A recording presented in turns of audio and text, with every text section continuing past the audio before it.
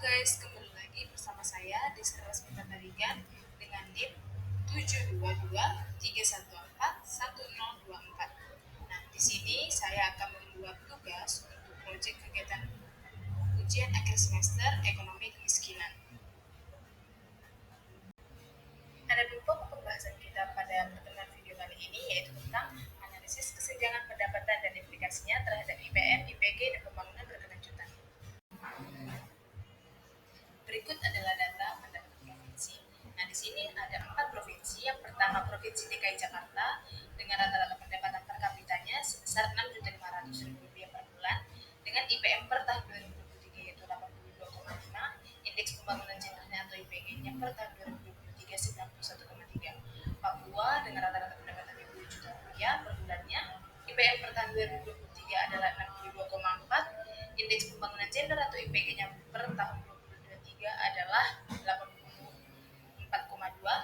Jawa Barat dengan rata-rata per kapitanya per bulan 3.400.000, IPM 23-nya adalah 73,9 dan indeks pembangunan gender atau IPG-nya sebesar 89,0.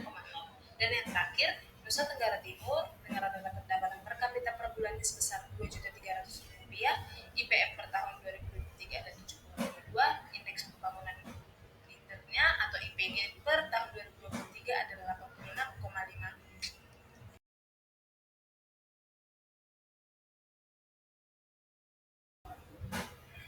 Berdasarkan data tersebut, muncullah pertanyaan pertama, yaitu analisis hubungan antara rata-rata pendapatan per kapita dengan indeks pembangunan manusia dan indeks pembangunan gender di provinsi-provinsi tersebut. Nah, adapun hasil analisis hubungan antara rata-rata pendapatan per kapita dengan IPM dan IPG.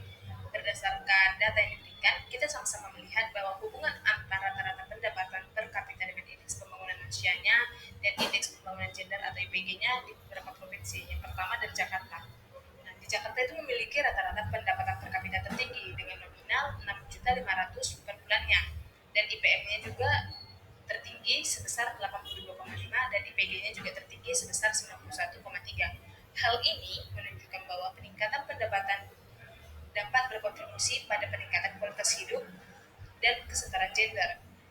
Selanjutnya, pada Provinsi Jawa Barat dengan rata-rata pendapatan per kapitanya sebesar Rp3.400.000 per bulannya menunjukkan IPM sebesar 73,9 dan IPG-nya 89,0. Meskipun pendapatannya lebih rendah dibandingkan DKI Jakarta, IPG-nya masih cukup tinggi, menunjukkan bahwa faktor lain seperti kebijakan dan program pembangunan gender juga berperan di sini.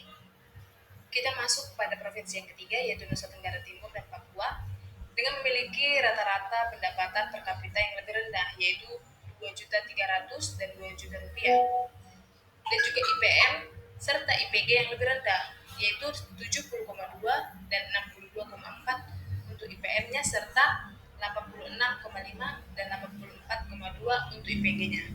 Ini menunjukkan bahwa rendahnya pendapatan berkontribusi pada gender. Jadi, secara keseluruhan, terdapat kecenderungan bahwa provinsi dengan rata-rata pendapatan per kapita yang lebih tinggi cenderung memiliki IPM atau IPG yang baik. Namun, hubungan ini tidak selalu linear dan juga bisa dipengaruhi oleh faktor lain seperti kebijakan pemerintah, akses pendidikan, dan layanan kesehatan. Selanjutnya, kita masuk dengan pertanyaan kedua. Jelaskan bagaimana kesenjangan pendapatan antar wilayah dapat mempengaruhi kualitas hidup masyarakat, khususnya dalam konteks pendidikan dan kesehatan. Kesenjangan pendapatan antar wilayah dapat mempengaruhi kualitas hidup masyarakat dalam beberapa cara. Mungkin dari segi pendidikan terlebih dahulu. Wilayah dengan pendapatan yang lebih tinggi biasanya memiliki akses yang lebih baik terhadap pendidikan berkualitas, sekolah yang baik, fasilitas pendidikan yang memadai, dan program beasiswa yang lebih memungkinkan tersedia di daerah yang kaya. Sebaliknya, daerah dengan pendapatan yang rendah seringkali kekurangan sumber daya untuk pendidikan dan dapat mengakibatkan tingkat mutu sekolah yang lebih tinggi dan rendahnya kualitas pendidikan. Nah, jika kita lihat pada data, wilayah dengan pendapatan rendah itu seperti Papua dan NTT cenderung memiliki akses pendidikan terbatas, sarana prasarana minim, dan kualitas tenaga pendidik yang mungkin cenderung rendah. Kemudian jika kita perhatikan dari segi kesehatan, pendapatan wilayah yang lebih tinggi memungkinkan akses yang lebih baik terhadap layanan kesehatan. Masyarakat yang di daerah kaya cenderung memiliki akses ke rumah sakit yang lebih baik, obat-obatan yang lebih baik, dan perawatan kesehatan yang berkualitas. Di sisi lain, masyarakat yang tinggal di daerah miskin mungkin tidak memiliki akses yang memadai ke layanan kesehatan, yang menyebabkan masalah kesehatan lebih besar dan tingkat kematian yang lebih tinggi. Kita lihat pada data, dari segi kesehatannya, pendapatan yang rendah mempengaruhi akses ke fasilitas kesehatan seperti kesehatan yang layak, misalnya gizi buruk dan tingkat harapan hidup yang lebih rendah. Dampak ini melebar ke jurang sosial antar wilayah dan memperlambat kemajuan nasional secara keseluruhan. Pertanyaan yang ketiga, apa implikasi dari rendahnya IPG terhadap pembangunan berkelanjutan di daerah tertinggal seperti Papua dan NTT? Rendahnya indeks pembangunan gender atau IPG di daerah tertinggal seperti Papua dan NTT memiliki beberapa implikasi yang serius terhadap pembangunan berkelanjutan. Nah, yaitu yang pertama adalah keterbatasan partisipasi perempuan atau rendahnya IPG menunjukkan bahwa perempuan mungkin tidak memiliki akses yang sama terhadap pendidikan, pekerjaan, dan partisipasi dalam pengambilan keputusan.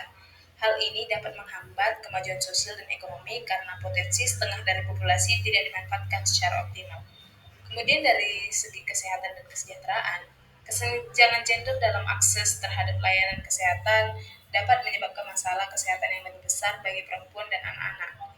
Ini dapat mengakibatkan tingkat kematian ibu dan anak yang lebih tinggi, sehingga masalah kesehatan reproduksi yang tidak dapat ditangani. Kemudian secara pembangunan ekonomi yang tidak merata, yang dimana ketidaksetaraan gender ini dapat menghambat pertumbuhan ekonomi jika perempuan tidak dapat berkontribusi secara penuh dalam ekonomi, maka potensi pertumbuhan ekonomi suatu daerah akan terlambat. Masuk ke pertanyaan yang terakhir, berikan usulan kebijakan yang menurut Anda dapat mengurangi kesenjangan pembangunan antar daerah dan kesenjangan gender secara bersama. Adapun usulan kebijakan untuk pengurangan kesenjangan, di beberapa kebijakan yang dapat saya usulkan, pertama investasi pendidikan dan kesehatan di daerah yang tertinggal, misalnya seperti membangun sekolah dan puskesmas yang berkualitas di daerah Papua dan NTT. Kemudian program afirmasi gender seperti beasiswa untuk perempuan, pelatihan vokasi, serta pendampingan UMKM perempuan. Dan yang ketiga, dana alokasi khusus atau DAK berbasis kesenjangan, di mana distribusi anggaran nasional yang dapat dipertimbangkan untuk ketertinggalan IPM dan IPG. Dan yang terakhir, memberdayakan ekonomi lokal dengan cara mengembangkan potensi lokal agar masyarakat tidak tergantung pada urbanisasi.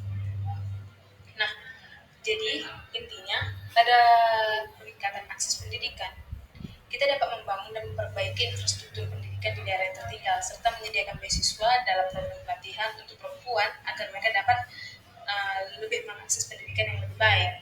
Kemudian dari segi kesehatan, kita dapat membuat program kesehatan yang lebih fokus pada perempuan dan anak-anak untuk layanan kesehatan reproduksi dan untuk memastikan bahwa semua lapisan masyarakat memiliki akses yang sama terhadap kesehatan.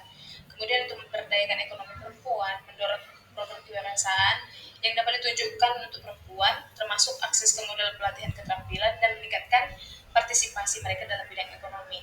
Serta dalam kebijakan pembangunan berkelanjutan, untuk mengintegrasi perspektif gender dalam semua kebijakan pembangunan, memastikan bahwa perempuan itu terlibat dalam perencanaan dan pengambilan keputusan di tingkat lokal maupun nasional. Jadi dengan menerapkan kebijakan-kebijakan ini, diharapkan kesenjangan antar daerah dan kesenjangan gender itu dapat berkurang, sehingga meningkatkan kualitas hidup masyarakat secara keseluruhan. Sekian pemaparan dari saya, kurang lebihnya saya mohon maaf. Terima kasih telah menonton. Bye-bye.